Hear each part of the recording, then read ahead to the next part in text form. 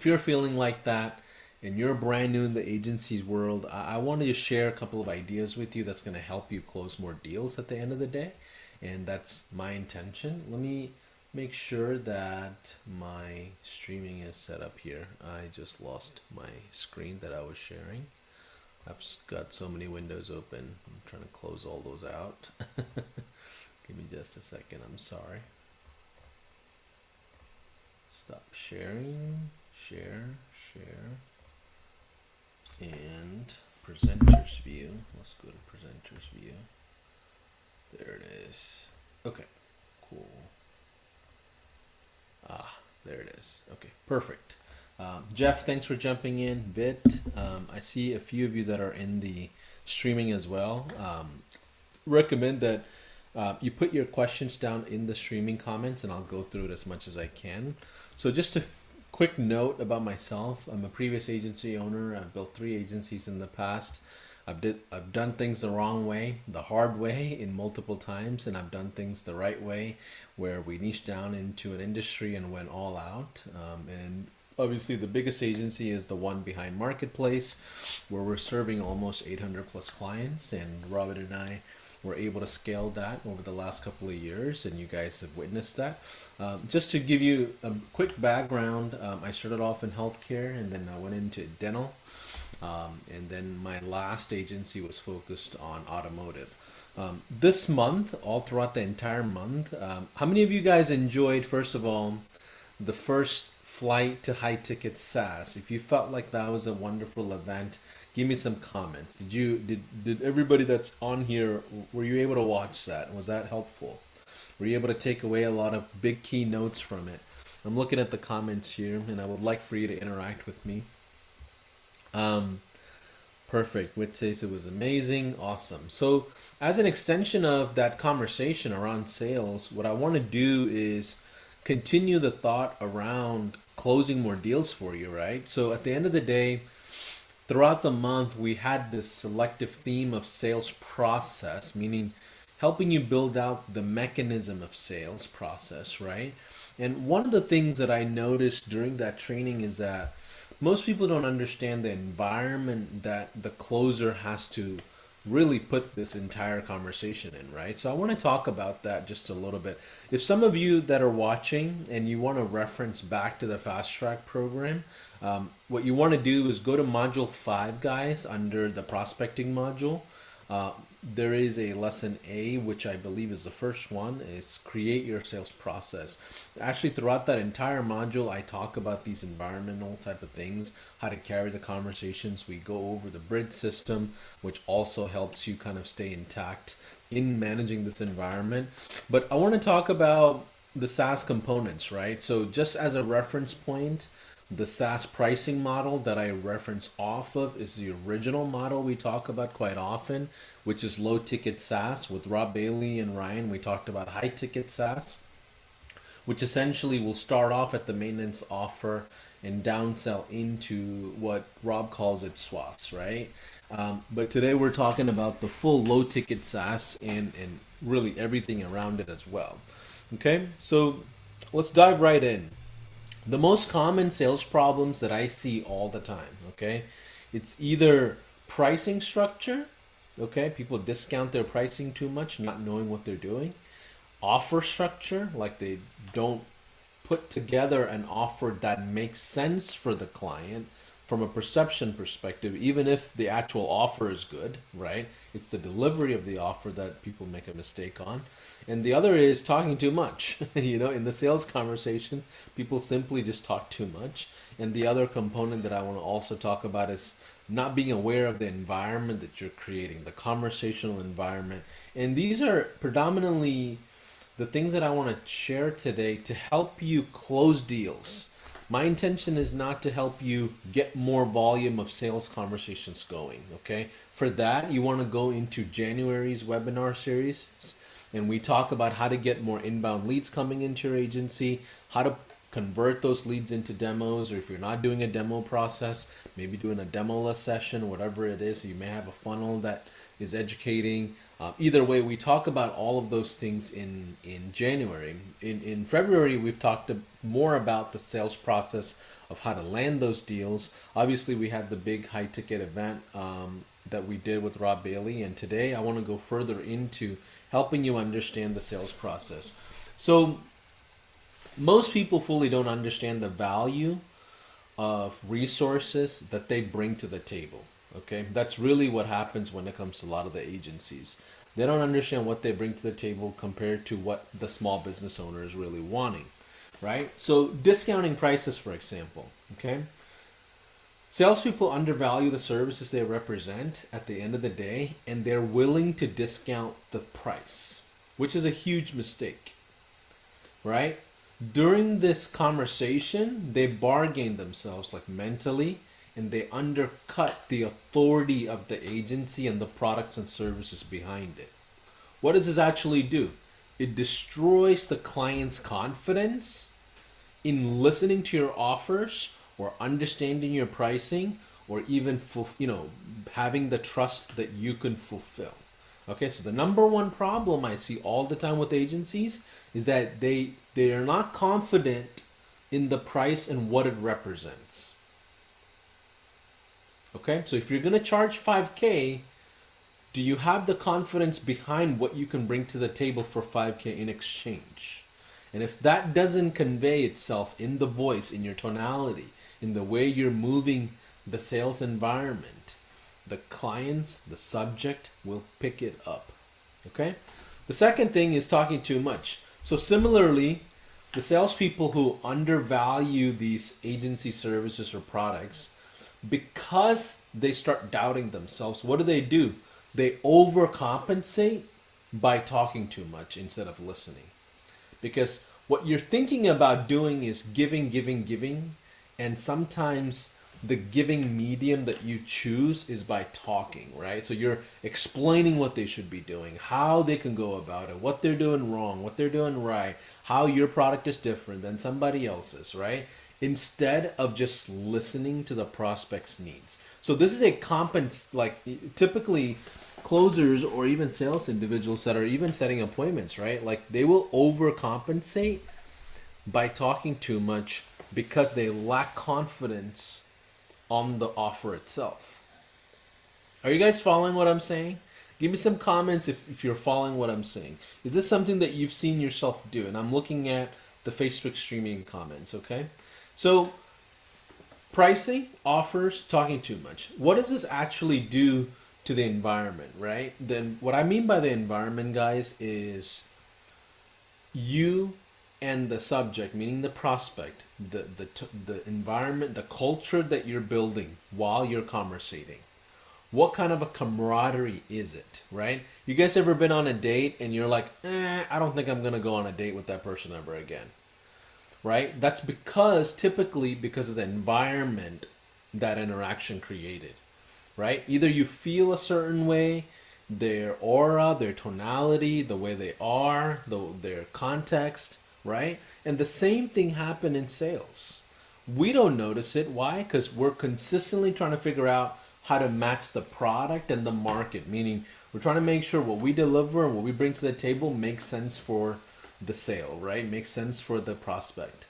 So quite often we're not aware of the environment that we're both in while we're conversating, right? And these environments, like essentially, is created with your awareness. Like you have to be aware of where the prospect is in the sales cycle, where they are in their business, right? So you really have to pay attention to who they are, where they are, before you can take them where they need to be. Okay? So in the Fast Track program, I've created like a simple lesson around this conversation dance, right? Which is, I call it the bridge system, right? And the idea is, and Jeff Middleton says, it's much easier to be aware if we aren't even talking, which is a great point, right? Now, if you're not aware of where you are, what you say actually wouldn't even align with the environment that you should create anyway, right? Like you may say things that disturbs the environment, right? So in order to keep this environment essentially sterile, right? You have to put together like a imaginary process in your mind, and these are not scripts, okay? These are not. I'm not saying don't follow a script. I'm saying have a framework in your mind of how this interaction between you and the prospect will go. And really the best closers are not necessarily the best at closing deals based on objection handling. They're the best at creating the right sales environment. Because if you can create the right sales environment, guess what happens? You typically can be in prevention mode, meaning proactive objection handling versus reactive objection handling. Okay, so in the fast track program, those of you, I mean, I see hundreds of you jumping in every single week to the fast track program. It's free, by the way, to you as a high leveler. Okay, if you're on the 297 plan, it's a $500 fee. If you're on the 97 plan, it's $500. If you're on the pro, it's free to you. But either way, ton of you are jumping in, and one of the biggest things that I've shared is the bridge program, the bridge method, right? And the idea came to me when I started wasting a lot of time on meetings. Like I would either waste time in internal meetings or external meetings, or essentially prospective meetings on sales where there's no structure in this meeting, right? One of the things that you want to be really careful about is like even when you're just talking to somebody or planning on talking to somebody, you want to set an agenda of how this conversation is going to go. What are the things you want to cover? And if you have team members and if you have an internal team, I'll promise you, you will get out of hand of just having like just random meetings, and then you feel like you're back to square one and you didn't get a ton of things done with your team members, right? So even internally, even if it's outside of a sales environment, I mean sales conversation, you want to pay attention to the environment that you're creating.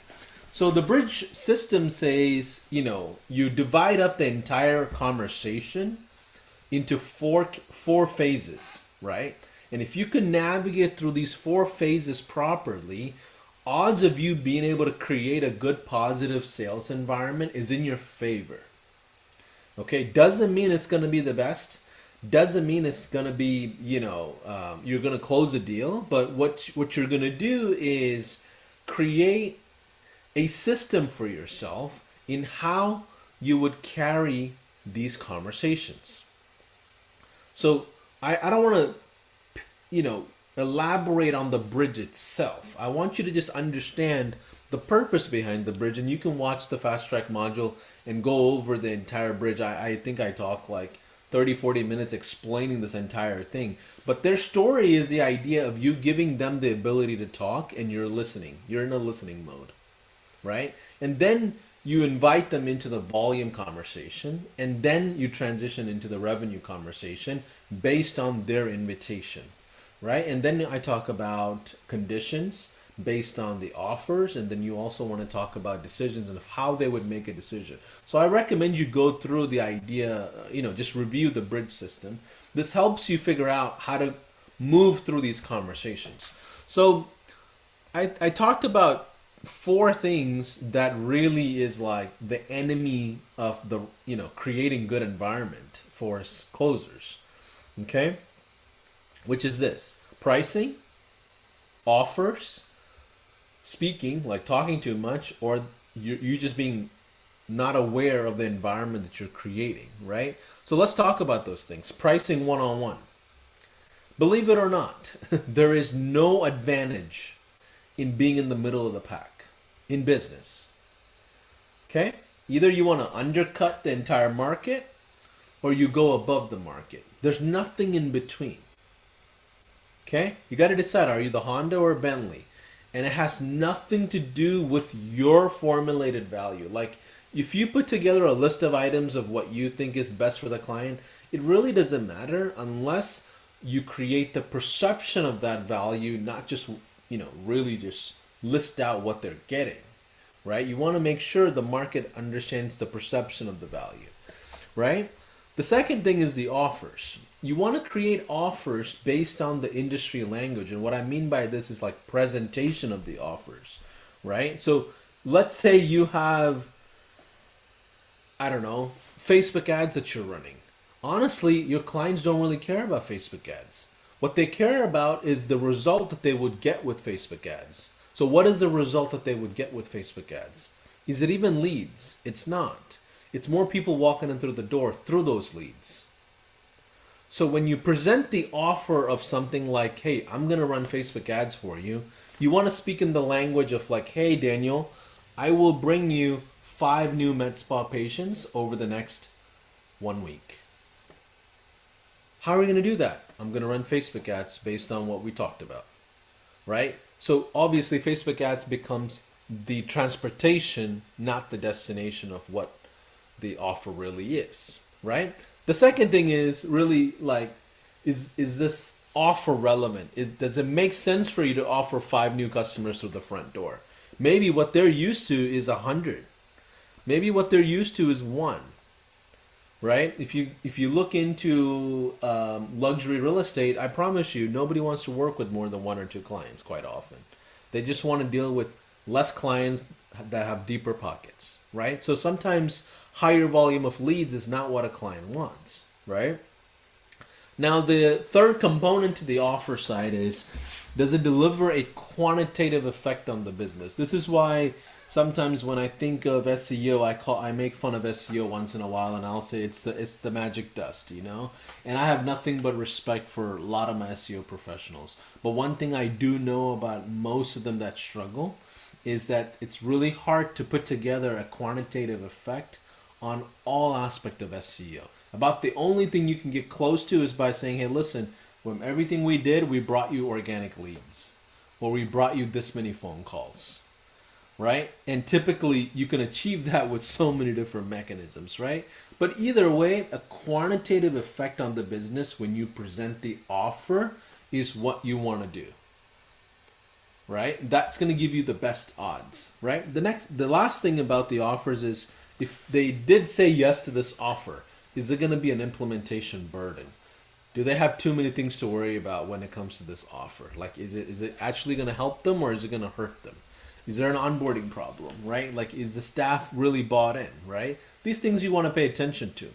Now, when it comes to creating the environment, one of the biggest things, and if you watch the first flight to high ticket SaaS workshop we did, one of the things you will observe is that me and Rob were talking quite a bit, right? Just sharing ideas and things like that. But if you paid attention to Ryan, he didn't speak a whole lot. Right? He's waiting for the right time to speak and really pay attention to what he speaks, and he's very cognizant and aware of what it is. When I'm in my sales mode, I'm the same way, versus when I'm like presenting or teaching or things like that. You want to be very careful of what you say. Less is more, okay? Now, the person that speaks more is typically the person that has to explain more. Therefore, you listen less, and all of a sudden, you lose control. Okay, that's typically what happens. Okay, and when you do question the subject, you never want to use questions that is going to enable them to just say yes or no. Like, you want to avoid yes or no tactics. What you want to do is invite them into a longer conversation, right? Hey, tell me more about that. That's a better question versus, did this work before? They're going to say yes or no, right? And then also, when they're questioning you on clarity, your responses must be extremely concise. And the way you would become very good at this is by practicing a whole lot more. That's why I tell you guys quite often, if you're starting off an agency, you're going to struggle the first couple of months. That's just the fact, okay? And then eventually 1 week, you'll hit like 3-4 clients all at once. And you have no idea how that even happened. And it's all from the cold emails or cold calling or paid ads or whatever you're doing. Your process typically hasn't changed, but all of a sudden the popcorn starts popping. Why? Because typically in your ability to control the sales conversation is getting better. You're having more repetition. You're improving the way you talk, the way you move through objection handling, right? And your responses, if you listen to the recordings of somebody at 3 months of consistent sales calls versus the first month, The biggest thing that I always notice is that the person at 3 months, their responses are so concise, right? When you can answer very concisely, even if it's not the best answer, they see you as the expert because you're confident typically in answering. Okay? And that's something that I've always noticed. Now, the last thing that I want to share with you guys is that you as the closer, you are the creator of the environment, not the subject. Okay? The subject is typically the person that is responding in the environment or to the environment. But you as the salesperson, when you're selling your agency services or SaaS, you're the person that's actually in control. So if you don't take control and you lose control, it's still on you. You're the individual that's responsible for that environment to be created the right way in order to have a clarity in place for them to buy, right? A confused mind will not buy no matter what happens. And typically the confusion is because of the environment that's not set right. Okay? Now, when it comes to setting the meeting, right? You want to have boundaries, right? So in the beginning of the conversation, what I typically do is like, hey, I'm going to set the agenda down and say, hey, this is what I would like to explore with you. These are the items that I would like to answer for you. And at the end of this conversation, we can make a decision together. Right? The other problem is typically if you're inexperienced, there's a lot of rogue dialogue that happens because guess what you're doing? You're infusing new information to this prospect, right? And it could be around marketing or sales or whatever the heck it is. At the end of the day, you're moving their gears, right? There might be in different, things happening. Like one of the things that I really love that Ryan talked about was make sure that it's a quiet room, right? Make sure your client, your prospects is on a desktop, right? Back in the day when I had no knowledge of these things, I would allow clients or prospects to jump on a phone call on their phone or talk to me while they're in a car. They'll be like, hey, I pulled over, I'll just take this meeting. And I know if they're in a car, they're not going to make a decision. Right? So you want to make sure there's an agenda that's set in what's expected and what you're wanting out of this entire interaction. Right? The other thing that I want to share with you guys is permission-based movements. Right? What I mean by this is that when you're dialoguing with this prospect, okay, and you're going through your bridge, right? Before you move into the next phase, you want to ask permission. Hey, would it make sense for us to talk about the volume of your business? Yeah, let's talk about it. Here's what's going on. Like, it should be an invitation rather than you just asking the question of like, hey, how many people are walking in through the door? You're moving them so fast, right? You're just throwing them into the next phase of the conversation rather than inviting them into the next phase of the bridge, right? Like from conditions to decisions, I don't ever just jump in. I'll ask them, hey, how do you normally make business decisions when it comes to investing into your systems or marketing or sales or whatever you're selling? They'll tell me, hey, typically I have a business partner or I got to just go through the budget. Give me like 2 days and I'll let you know. I was like, perfect. When is a good time for me to call you back or set up a follow-up call if it is 2 days? And what should I expect from that call? I would ask them these things at the very end if I'm not going to close them on the call. Right? So it just depends on how you move, but you want to make sure you're moving with permission to the next phase so you're not just throwing them into the next component, right? The other thing that I wanted to just share with you guys is that we talked about inbound marketing for you guys as an agency and SaaS agencies as well, all throughout January. If you don't have your cold email, your paid ads, all these things launched yet, odds are not in your favor because you're doing typically outbound movements or outbound efforts to gain trust from somebody versus inbound, right? One of the biggest key component of building an agency is having inbound channels that are fruitful. If you don't have at least 2 to 3 inbound channels, I don't care how good you're at sales, you just won't scale, because we know churn is there and you're constantly have to go hunt more, and you have to have channels that are just massive. Even if it's a unsaturated industry or not, you must have 2 to 3 organic channels. Paid ads will not by itself scale your agency. Paid ads will fuel the good offers and organic marketing that you've proven. I can tell you, I promise you, you can scale with paid ads, but that by alone itself, it's not going to do it. And in the beginning, build out your organic channels, confirm your offers, confirm your language around those offers before you can just 100% jump in. Otherwise, you're just going to, there's nothing wrong with it, but you're essentially gambling, okay, with paid ads in the beginning if you don't have your offers and all those things proven out. So for me, the biggest takeaway, okay, as I just kind of conclude my thoughts before we go into Q&A, my biggest takeaway is most agency owners, okay, you guys, and SaaS agency owners as well, you guys undervalue your services and products and what you bring to the table for these small business owners. And in the conversation, because you undervalue it sometimes, you start discounting.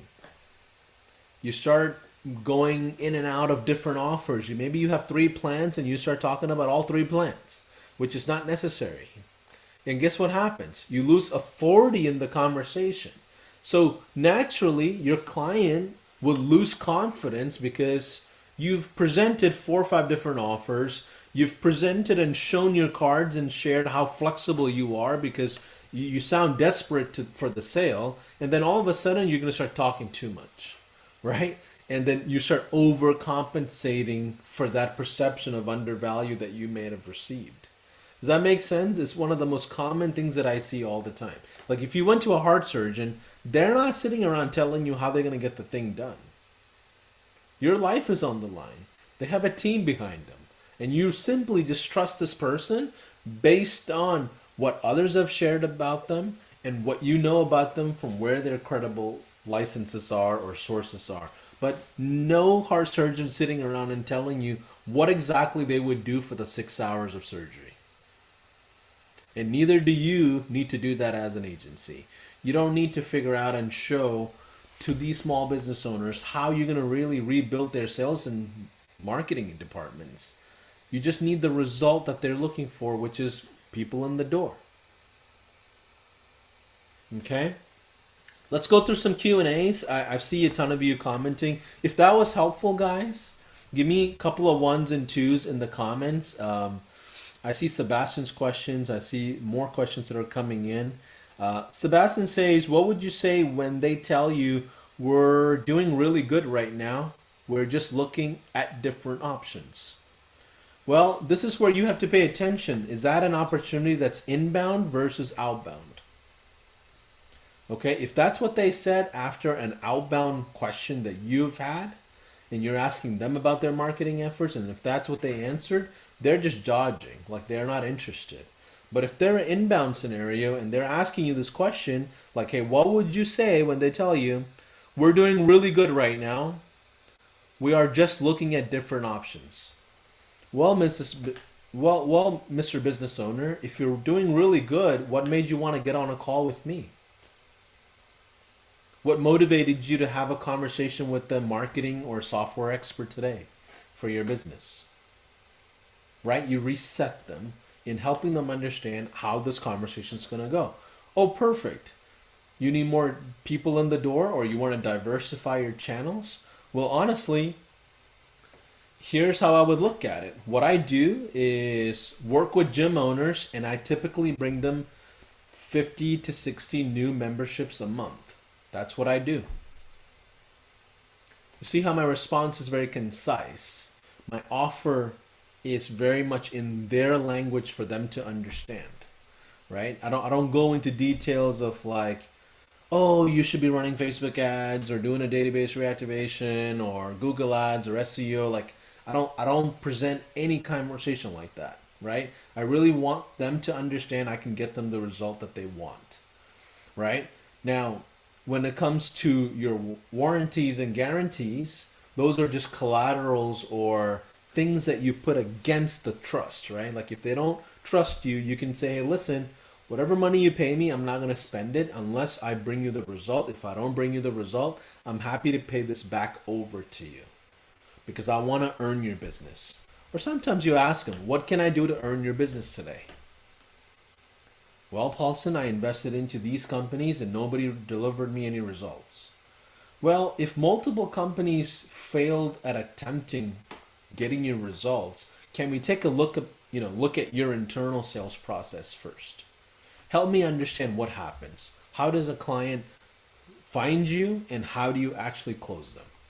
And they'll tell you all these different things, right? Because I'm not at that point giving them yes or no questions. I want them to elaborate a whole process for me, right? So I get to know them and understand them and things like that. Okay.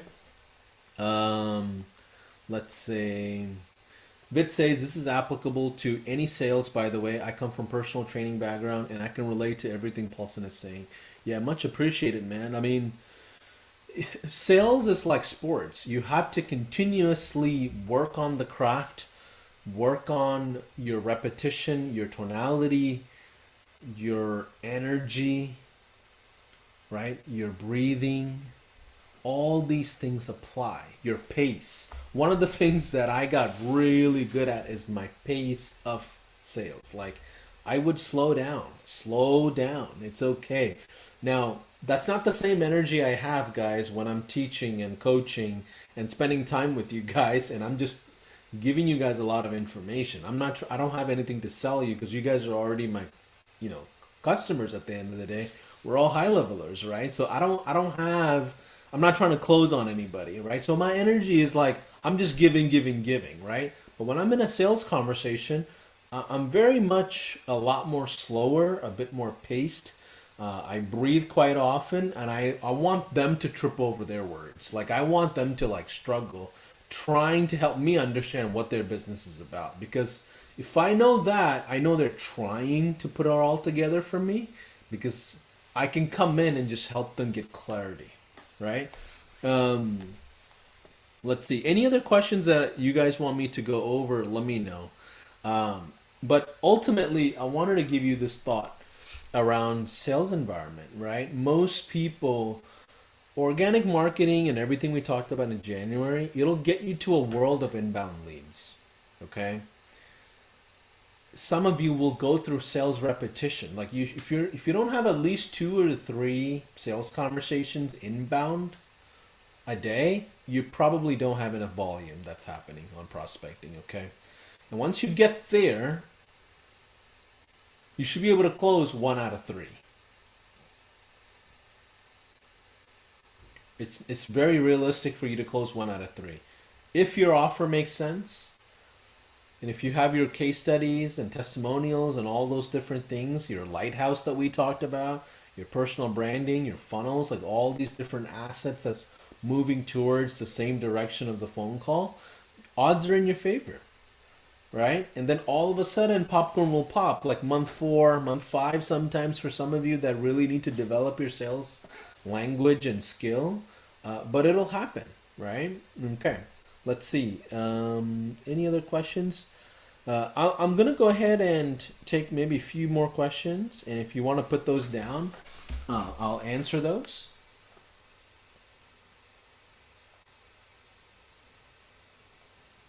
And I'm looking at the Facebook comment streaming. Okay. Anything else you want me to answer, I can. I'll give it a few minutes. Okay, cool. As you guys put more questions down, I'll go through and answer them. When it comes to these sessions, we haven't had any automations or anything like that built out for notifications. And that's one reason why we typically only see 20, 30 people on these calls. Chase and the marketing team, they're putting together a whole new system and putting together notifications around these trainings. So pretty soon you'll see notifications early on, a day in advance and things like that with topics. So you are able to jump in a bit more easier without interrupting your calendar. So that'll be exciting. Jeff says, sales questions only, or can I ask support questions? Yeah, feel free to ask any support questions. I'm not that techie, but I can try answering. Um, Vit says, what would you say when they tell you we're doing really good right now? Oh yeah, we just answered that. Let's see.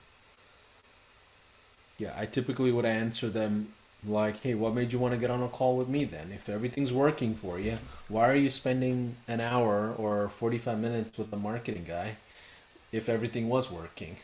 What made you want to diversify? Typically, if something's working, people want to double down. They don't want to add another channel to the mix if they don't have to, right?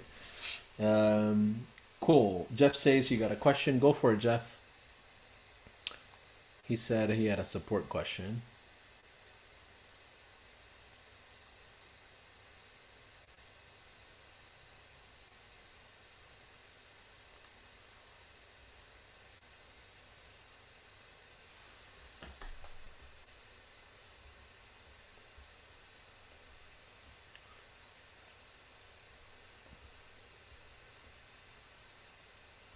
Okay, guys, I'm gonna let you go. As you put down these questions, I'll go ahead and go through and answer them. And I want to keep this session a bit more concise. And we'll see you soon. I appreciate a lot of you. Wednesday, we'll have our SaaSpreneurs Lunch and Learn in the Pro group, which is typically fun. And a lot of people jump in and we go through different scenarios, ideas, things like that. Thursday, we'll have our next session around sales, and pretty soon we'll have our marketing team put together all the notifications and automations so you can be more reminded about it. Jeff says, can I change a feature set on a SaaS customer without changing the price? Yes, you can. Do you have link to the pro group? Yes. Yeah, you just have to search high level pro and you'll be able to find the Facebook group. Um, Jeff, yes, you can. I don't know if you could do that in the SaaS configurator, but you definitely can after they become a client. So during the onboarding, you can turn on and off features that's relevant for them. So I do know it's possible. I don't know if you can automate it, but it is definitely possible. But thanks for jumping in, guys, on this conversation around creating the right environment around the closing, right? And this is going to give you guys the best favorable odds in not just fielding sales conversations, but actually being more effective in each individual sales conversations. And obviously, I would recommend it like anybody else, record those calls, okay? Listen to them over and over again, and you'll understand some of the things that you do that is not really helping, right? And you'll see some of the things that you do that is distracting, and you may not even understand or even notice it while you're live on a call. But anyways, have a good rest of your afternoon. I'm looking forward to Wednesday's call and Thursday as well, and we'll be in touch. Take care.